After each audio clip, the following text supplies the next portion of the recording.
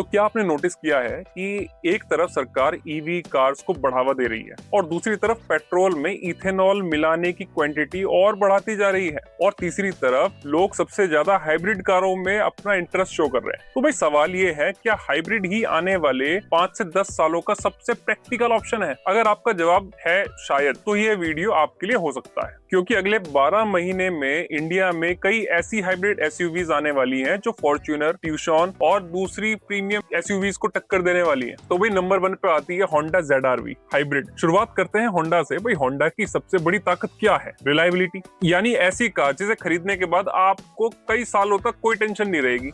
ZR-V hybrid उसी सोच पे बनी हुई है। इसमें आपको मिलेगा दमदार हाइब्रिड सिस्टम, बेहतर fuel efficiency, smooth driving experience, Honda की भरोसेमंद इंजीनियरिंग। लेकिन यहाँ होंडा की सबसे बड़ी जो चुनौती है, जो सबसे बड़ा चैलेंज है होंडा के आगे, वो है आजकल की ना प्रीमियम एसयूवी जो है केवल इंजन के ऊपर नहीं बिकती, ये बिकती है टेक्नोलॉजी के ऊपर। बड़ी screen, ADAS system, connected features, luxury feel. अगर होंडा इन मामलों में अगर पीछे रह जाता है ना, तो केवल रिलायबिलिटी के ऊपर भरोसा करके होंडा की कार खरीदना, क्योंकि आजकल कस्टमर इतना सीधा रह नहीं गया है, उन्हें टेक भी चाहिए, तो इतना इजी होगा नहीं होंडा के लिए। और दूसरी प्रॉब्लम होंडा के लिए ये आएगी कि होंडा इसका प्राइस 40 से 50 लाख रुपए के आसपास रखने वाला है। भाई क्योंकि प्रॉब्लम ये है कि होंडा इसे लोकली मैन्युफैक्चर नहीं कर रहा, वो डायरेक्टली इंपोर्ट करेगा। जब इंपोर्ट करेगा तो इंपोर्ट ड्यूटी लगेगी, तो प्राइस वैसे ही वो 50 लाख रुपए के आसपास पहुंच जाता है। तो अगर आप एक गैजेट नहीं खरीद रहे, आप ड्राइविंग क्वालिटी खरीद रहे हो, तो ये एसयूवी आपके लिए बिल्कुल हो सकती है और आपको वाकई में फील कराएगी कि होंडा की टेक्नोलॉजी क्या है। तो जी सेकंड कार आती है JSW ग्रुप की Jetior T2 plug in hybrid technology के साथ। अब बात करते हैं उस एसयूवी की जिसका नाम आपने अभी तक शायद ही सुना होगा, और अगर सुना है तो बस Jetior सुना है या Jetour सुना है। अभी तक तो बहुत से लोगों को ये नहीं पता कि इसे Jetior बोलते हैं कि Jetour बोलते हैं। खैर, इसका नाम जो है Jetior T2 है, और इसकी सबसे बड़ी खासियत ये है कि प्लग इन हाइब्रिड टेक्नोलॉजी के साथ आएगी। ये सिर्फ पेट्रोल एसयूवी नहीं है और सिर्फ इलेक्ट्रिक भी नहीं है, आप इसे चार्ज भी कर सकते हैं और जरूरत पड़ने पर पेट्रोल से भी चला सकते हैं। यानी अगर आपका रोज का ऑफिस 50 से 80 किलोमीटर दूर है, तो भाई साहब पॉसिबल है कि कई दिनों तक पेट्रोल की जरूरत ही नहीं पड़ेगी आपको। लेकिन जैसे ही लंबा हाईवे ट्रिप आप लेते हो, तो पेट्रोल इंजन पूरी तरह टेंशन खत्म कर देगा आपकी। ना चार्जिंग स्टेशन ढूंढने की चिंता है, ना रेंज एंजाइटी, क्योंकि जब आप चाहो इसको पेट्रोल के ऊपर चला सकते हो, मतलब डायरेक्टली इंजन के ऊपर चला सकते हो, और आप जब चाहो इसे बैटरी के ऊपर चला सकते हो। तो इट्स ऑन यू। तो इससे क्या होगा, जब आप एक पेट्रोल कार चलाते हो तो उसकी एक रेंज मान के चलते ही एक टैंक में 400 किलोमीटर चलती है, लेकिन इसके अंदर बैटरी भी लगी है तो बैटरी की भी अपनी एफिशिएंसी होगी। तो इसलिए हो सकता है कि वो 400 की जगह आपको 800 किलोमीटर चले या फिर 600 किलोमीटर चले। अब ये कितनी चलेगी, ये जब इसके स्पेक्स क्लियर होंगे तब जाके पता चलेगा। लेकिन हाँ, ये एक प्लग इन हाइब्रिड टेक्नोलॉजी के साथ आ रही है और जो इंडिया के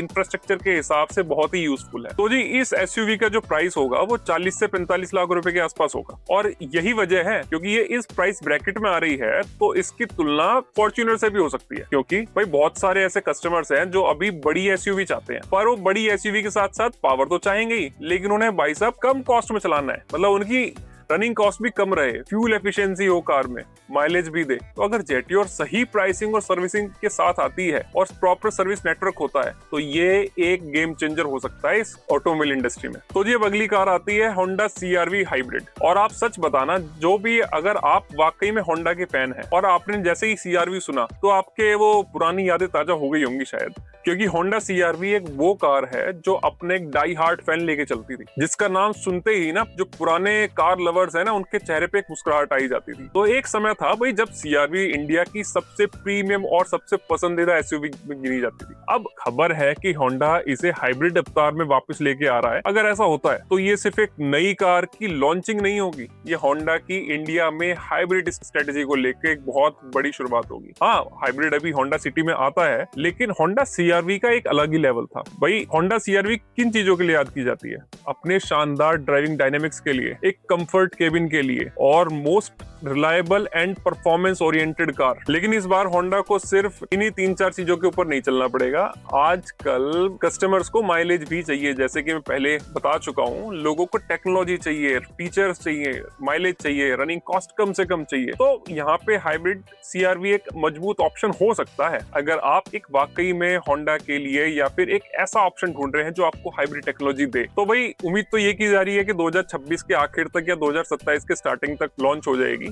अगर होंडा इसके बाद अपनी हाइब्रिड टेक्नोलॉजी को इंडिया में और लोकलाइज प्रोडक्शन करता है तो आने वाले टाइम में हाइब्रिड कारों की कीमतें काफी कम होंगी और ये बहुत ही वैल्यू फॉर मनी टेक्नोलॉजी हो सकती है इंडिया के लिए। और वाकई में, और ना ही सिर्फ होंडा के लिए, इवन इंडियन कस्टमर्स के लिए भी ये गेम चेंजर हो सकता है। तो जी अगली कार आती है रेनॉल्ट डस्टर हाइब्रिड। तो कुछ रेनॉल्ट का क्या ना, रेनॉल्ट के पास एक ऐसा ब्रांड नेम है, मैं रेनॉल्ट के खुद के ब्रांड नेम की बात नहीं कर रहा हूँ, इनका एक जो डस्टर नाम है वो most famous and most loving name है, क्योंकि कॉम्पैक्ट एसयूवी की जहां दौड़ की बात आती है तो वहां पे सबसे पहले झंडे जो गाड़े थे वो रेनॉल्ट डस्टर ने ही गाड़े थे। और उसके बाद जितने भी राइवल्स आए, चाहे वो क्रेटा थे, आज के डेट में जो क्रेटा इस मार्केट को ओन करता है, वो सब बाद में आए। लेकिन इसमें जो सेगमेंट को किसी ने जान डाली वो रेनॉल्ट डस्टर ही थी, क्योंकि एक टाइम था जब डस्टर ने मिड साइज एसयूवी सेगमेंट की ना एक परिभाषा ही बदल दी थी।